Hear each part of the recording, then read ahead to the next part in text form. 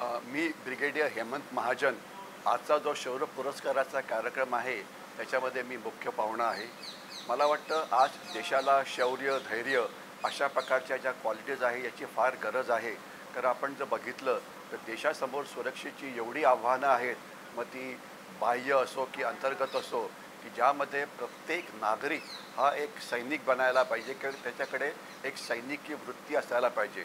आज आपण तर नुसतं महाराष्ट्रापुरतं बोलायचं म्हटलं तर इथे धोका नक्षलवादाचा आहे, धोका दहशतवादाचा आहे, याच्याशिवाय बांगलादेशी घुसखोरी आहे, याच्याशिवाय कायदा सुव्यवस्था यामध्ये वेगवेगळ्या प्रकारचे अत्याचार स्त्रियांवरती होतात, मुलांवरती होतात.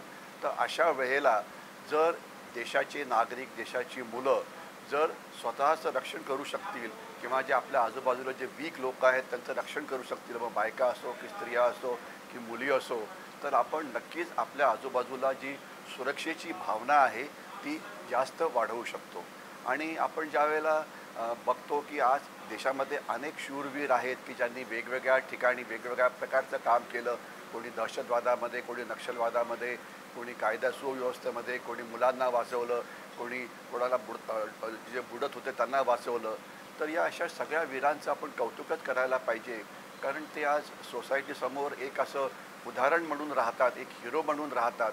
आणि मग सगळ्यांना वाटतं की जसं तो जर करू शकतो, अशा तो एक नॉर्मल माणूस आहे, नॉर्मल विद्यार्थी आहे, नॉर्मल स्टुडंट आहे, तर मी का करू शकत नाही. तर त्याच्यामुळे मनामध्ये असलेली देशभक्तीची भावना, देशप्रेमाची भावना, समाजाकरता काहीतरी करायची भावना, समाजाचं रक्षण करायची भावना ही अशा प्रकारच्या शौर्य पुरस्कारामुळे जागृत होते. तर म्हणून मला वाटतं की अशा प्रकारचा शौर्य पुरस्कार प्रत्येक वर्षी देणं हे अत्यंत महत्त्वाचं आहे, की ज्यामुळे सोसायटीला किंवा समाजाला एक पुन्हा आठवण दिली जाते की सगळ्यांनी डोळे आणि कान उघडे ठेवले तर आपण आपली आपली सोसायटी, आपली गल्ली, आपलं रस्ता, आपलं उपनगर, आपलं शहर हे सुरक्षित ठेवू शकतो आणि त्यामध्ये आपला हातभार हा लावू शकतो. तर म्हणून असं शौर्य पुरस्कार जो आज दिला जातो आहे त्याकरता मी जे Jadhavar group institute of colleges आहेत त्यांचं स्वागत करतो की हे एक अतिशय चांगला उपक्रम आहे आणि हा उपक्रम असाच आपण येणाऱ्या काळामध्ये सुद्धा चालू ठेवावा.